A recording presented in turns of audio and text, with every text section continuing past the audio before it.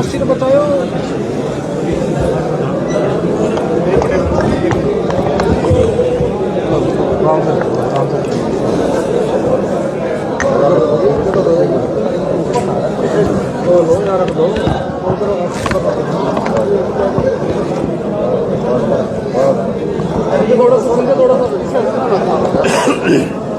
आज के कार्यक्रम के बारे में बताएं, क्या आज का कार्यक्रम? देखिए, भारतीय जनता पार्टी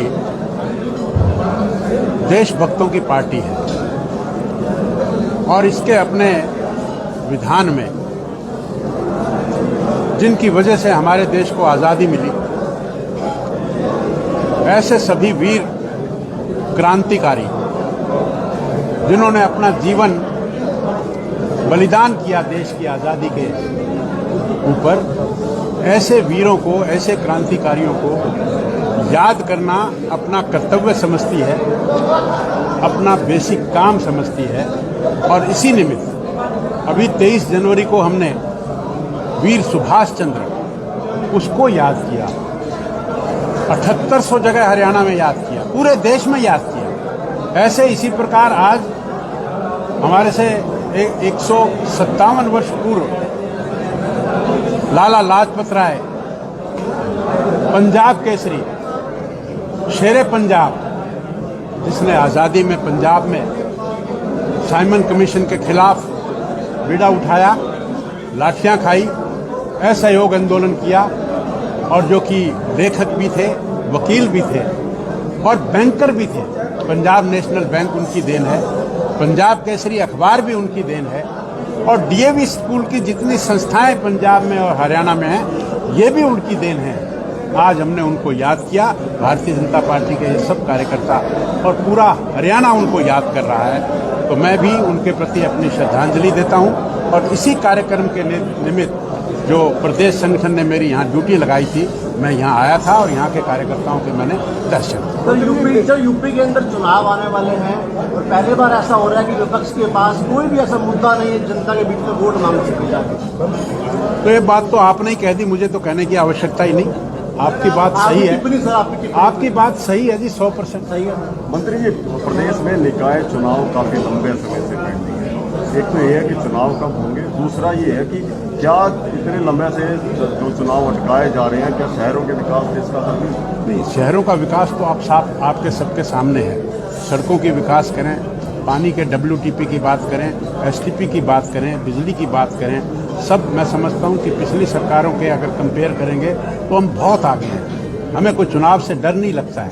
समय पर चुनाव होंगे और अच्छे चुनाव होंगे और हमारी पार्टी फिर से सब जगह कब्जा करेगी। हाथ कंगन को आरसी क्या, कुछ ही समय में आपको पता लगेगा। मंत्री जी, आपने STP की बात की, लेकिन ये STP का कार्य बड़े धीमी से हो रहा है करनाल में, क्या इस पे अपनी कोई रिपोर्ट देंगे आप? नहीं, अब करनाल का पर्टिकुलर तो मैं नहीं बता सकता, लेकिन मैंने जो एक असेसमेंट की है, जितना STP का जो कैलकुलेशन बनती है, 135 लीटर पानी हम हर व्यक्ति को उपलब्ध करवाते हैं और उसका 80% यानी कि 13×8=104, यानी कि 80% ऑफ द WTP उसका जो है वो ड्रेनेज सिस्टम होना चाहिए और वो हमारे पास है।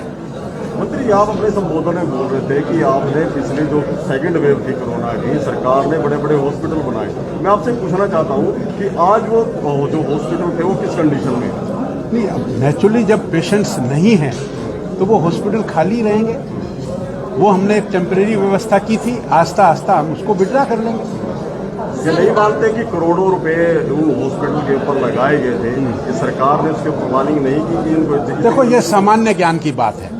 अब कई दफा अनपेक्षित बहुत कोई ऐसी महामारी आ जाती है तो सब हम लोग कहते हैं कि हमारा तो इंतजाम इतना होना चाहिए था, इतना होना चाहिए था।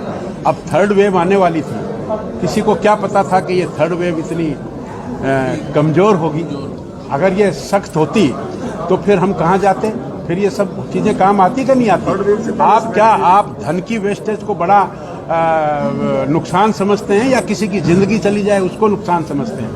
सर, थर्ड वेव कमजोर थी या सभी जो जन पब्लिक है उन्हें वैक्सीनेशन लग चुकी थी, इस वजह से असर? दोनों बातें हैं। हमने जो इसका जो एंटीबॉडीज बनने का काम जो मैंने अभी अपने भाषण में भी जिक्र किया कि हमने 100% पहली डोज लगा दी है, 79% दूसरी डोज लगा दी है और हम जो आपस में फिजिकल डिस्टेंसिंग का, मास्क का, हालांकि आपने तो मास्क नहीं लगाया हुआ, तो इस तरह की चीज़ें जो हम फॉलो कर रहे हैं, इस वजह से भी जो है ये कमज़ोर पड़ा। और कई दफ़ा जो वायरस भी म्यूटेट करता है, म्यूटेशन बदलता है, तो वो भी कई दफ़ा कमज़ोर होता है। मंत्री जी पिछली सरकार की बात की जाए तो बीजेपी सरकार भी कहती थी कि घोटाले वाली सरकार, घोटाले वाली सरकार, लेकिन वही बातें इस सरकार में भी दोहराई जा रही है। कई फर्जीवाड़े, चाहे पुलिस, छाछ तो बोले सो बोले, छलनी भी बोले, जिसमें 36-6।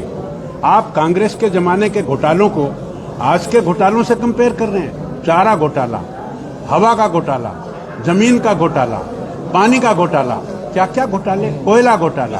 और आज इस सरकार में जो पेपर लीक हुआ, हमने तुरंत उस कर्मचारी को बर्खास्त किया। और बेचारे पिछले जो सरकारों में लोग लगे हुए थे, सुप्रीम कोर्ट ने 1000-1000, 2-2 लोगों को, उनके लगे हुए को, उनको आज निष्कासित कर दिया, जिनका की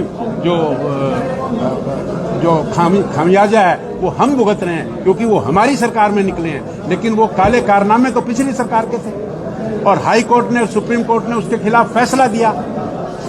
मंत्री जी, आपके विभाग का है दीपक किंगर, सुपरिटेंडिंग इंजीनियर का मामला सामने आया था, सैकड़ों वीडियो वायरल हुई थी भ्रष्टाचार को लेकर। इस मामले में आप क्या कार्रवाई? नहीं, मेरे संज्ञान में कोई ऐसी बात नहीं है, आएगी मैं देखूंगा। यूपी चुनाव को लेकर क्या कहेंगे? आज कंगन को आरसी क्या, थोड़े समय में पता लग जाएगा। भारतीय जनता पार्टी की सरकार बनेगी, इसमें कोई शक नहीं। आपकी ड्यूटी लगी। आपका बहुत बहुत धन्यवाद। जलपान की व्यवस्था की सभी